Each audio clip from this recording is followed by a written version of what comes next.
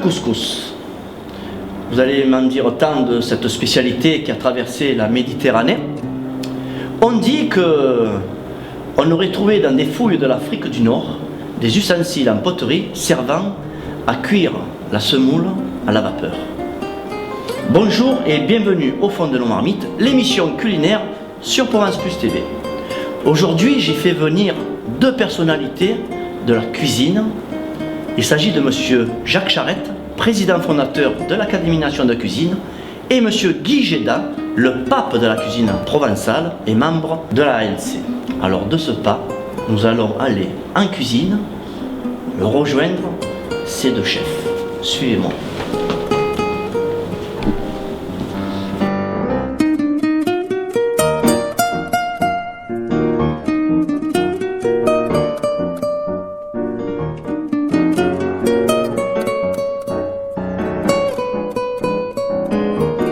Voilà, ils sont là, ouais. Les deux chefs que j'ai invités pour la réalisation du couscous à la Marseillaise. Voilà, le couscous à la Marseillaise.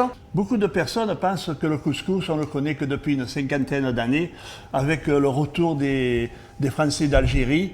Mais moi, pour mon compte personnel, qui suis des quartiers nord de Marseille, le couscous, dans ma famille, il le faisait déjà. On n'est pas algérien, tout ça. Et nous faisions le couscous à la Marseillaise parce que je suis une famille modeste et ma grand-mère, elle faisait le couscous, elle ne mettait pas des côtelettes d'agneau. Pour remplacer la côtelette d'agneau, elle faisait des boulettes de viande. Mais ce n'était pas que de la viande. Elle mélangeait la viande à une purée de pommes de terre qu'elle faisait cuire au ça. Après, pourquoi je dis à la Marseillaise? C'est parce que je ne veux pas être critiqué en disant « Oh, il fait le couscous, mais le couscous académique, ce n'est pas ça. » Alors, tout à fait d'accord, mais ce couscous, il est sublime. Pourquoi à la Marseillaise? Parce que ce couscous, il va être accompagné par un sauté de haricots, de coco, que nous avons mis à tremper il y a 24 heures, qu'on va faire cuire, et qu'on va faire un sauté avec des oignons, de l'ail et du persil et des tomates. Ça va être le clou du couscous. Ensuite, on va ajouter naturellement les pois chiches qui sont là, qui trempent depuis 36 heures. Il y aura les carottes, il y aura des courgettes, des poireaux. Là, on m'a fait cadeau d'une courge. En principe, ma grand-mère, elle n'aimait pas la courge, elle ne la remettait pas. Mais là, on m'en a fait cadeau, on ne va pas le jeter.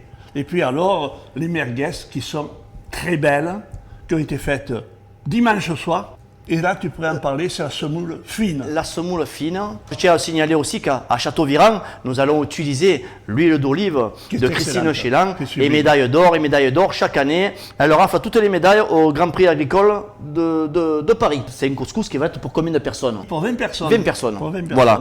Alors, on va démarrer et ce qui presse, c'est surtout le sauté d'agneau.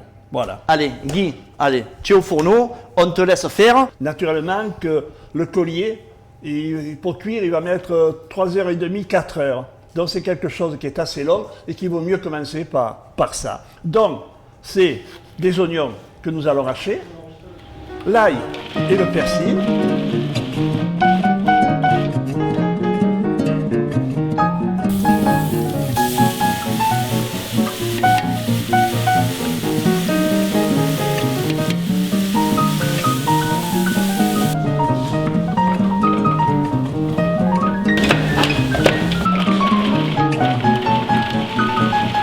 Les oignons ont blanchi, ont blondi et on ajoute la persillade.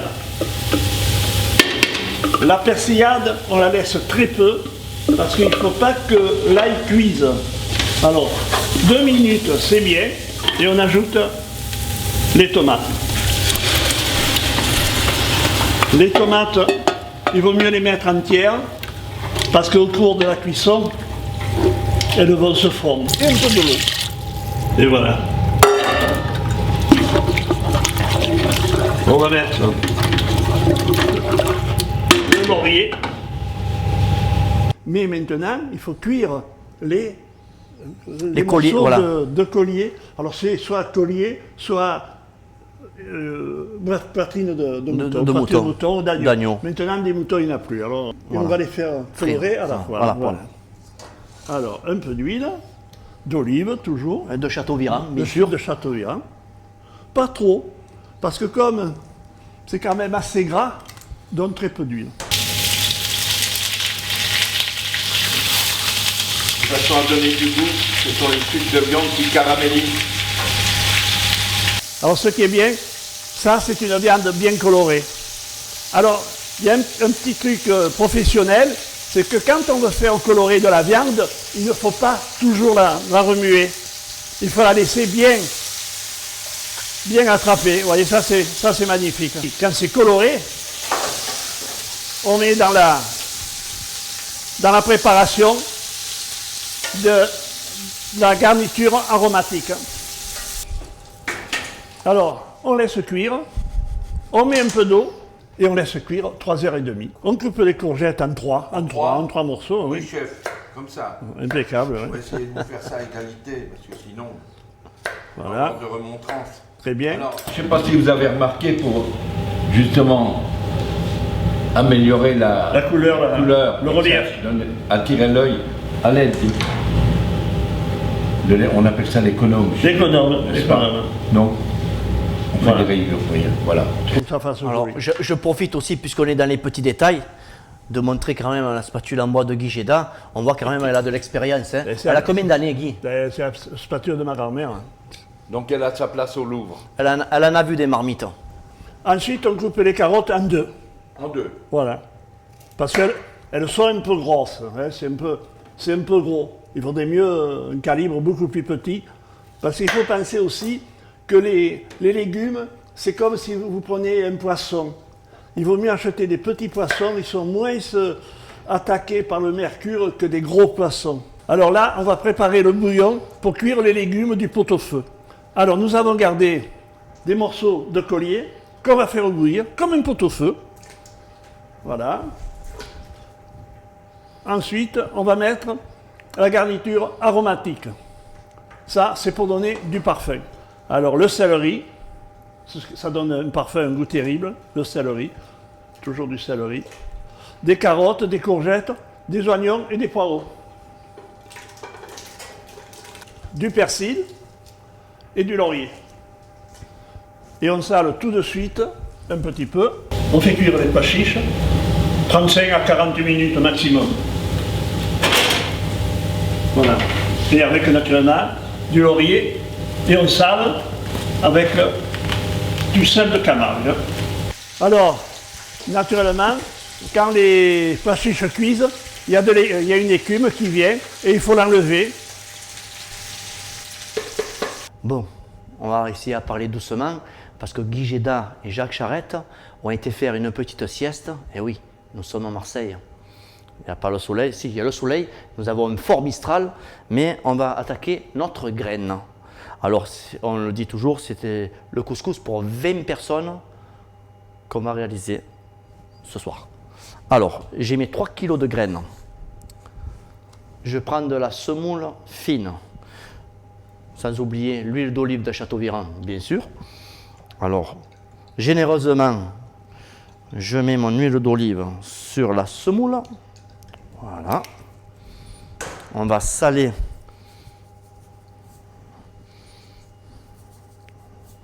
la graine. On va un petit peu remuer. On va mouiller un peu la graine.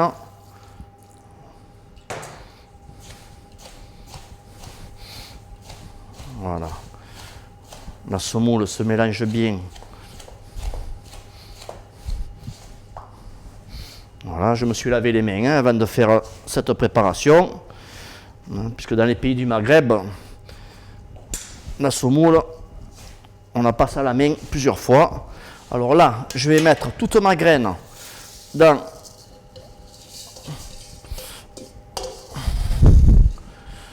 voilà, regardez. Allez, on va la mettre à la cuisson à la vapeur. Là, on va passer le couscous pour la deuxième fois. Alors, je vais chercher. Hop, voilà. Allez, on va le mettre dans un plat un peu plus grand. Voilà.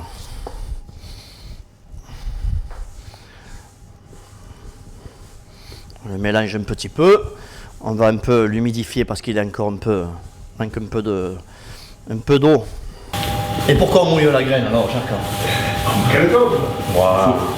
Elle va absorber, elle va gonfler, elle va s'assouplir. Ça, c'est important de le passer à la main comme ça. Il s'est enroulé. Voilà. Bon, je vous dis pas la température au cas, c'est chaud, mais bon, je suis habitué à la chaleur. Hein. On va le remettre sur. Déjà, elle a gonflé encore. Voilà. Voilà, regardez comme elle est belle. On va se régaler. Allez, un petit peu au soleil, à la vapeur. Hop, le couvercle. À tout à l'heure. Je vois que vous avez fait une bonne sieste. Hein. Les rêves des mille et une nuits, même que le couscous était dans les pensées, il faut se remettre au travail. Donc alors, ça part de là, oui, la sieste a été bonne, c'est bien.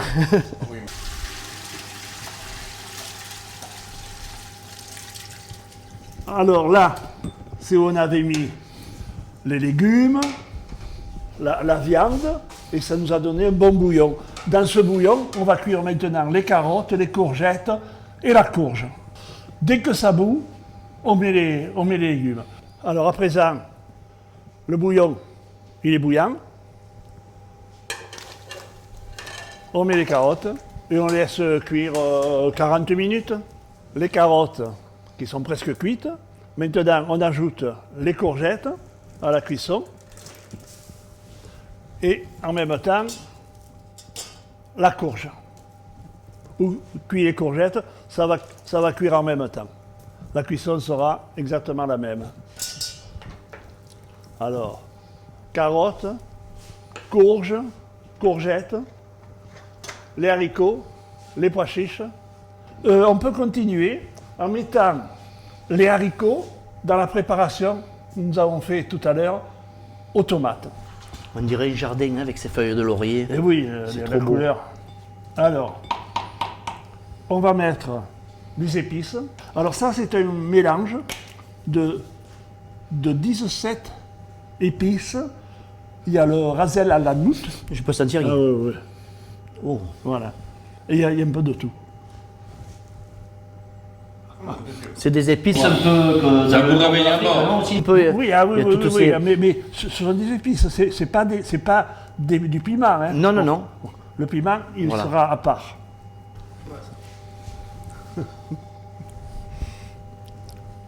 Alors, on va faire l'harissa. Harissa simple, c'est-à-dire avec des piments langue d'oiseau qu'on va écraser. Si on avait un pilon, ça serait mieux, mais là, on va le faire avec 2 fourchettes. Combien on est 22 personnes. 22. Il n'y a pas d'enfants. Non, que des adultes. Et toi, tu aimes bien fort. J'aime bien fort. D'accord.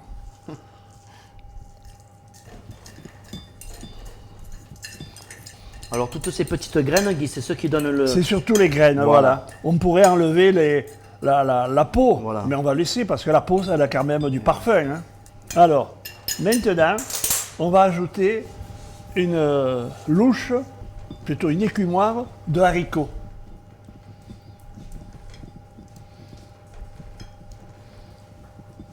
On ajoute un peu de paprika,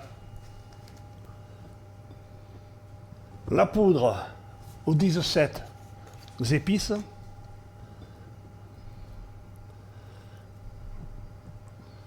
et là on a la meilleure harissa du monde. Alors, on va ajouter naturellement du bouillon.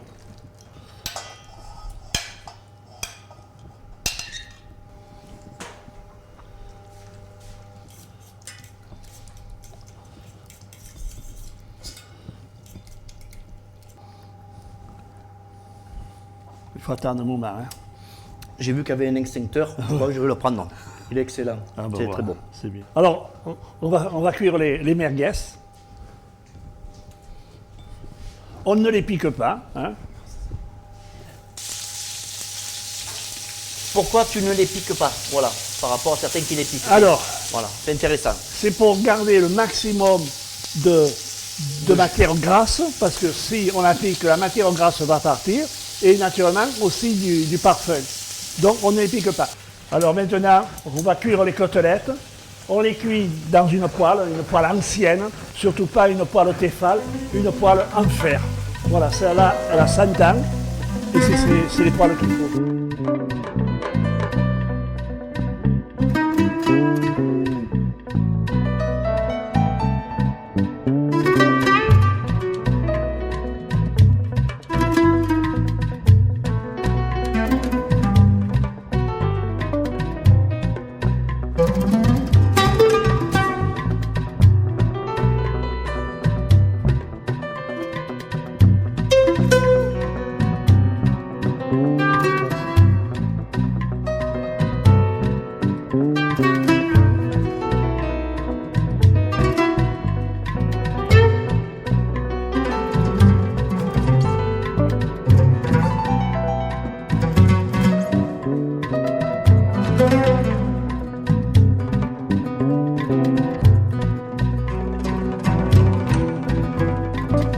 Voilà, nous arrivons au terme de cette émission à Châteauvirand, dans les Bouches-du-Rhône, exactement à Lançon-de-Provence.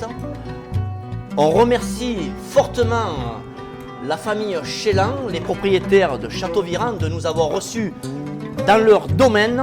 Merci Guy Géda, le maître qui a voulu nous réaliser le couscous À la Marseillaise, à la Marseillaise. une recette qui a 150 ans, quand Une même. recette qui a 150 ans.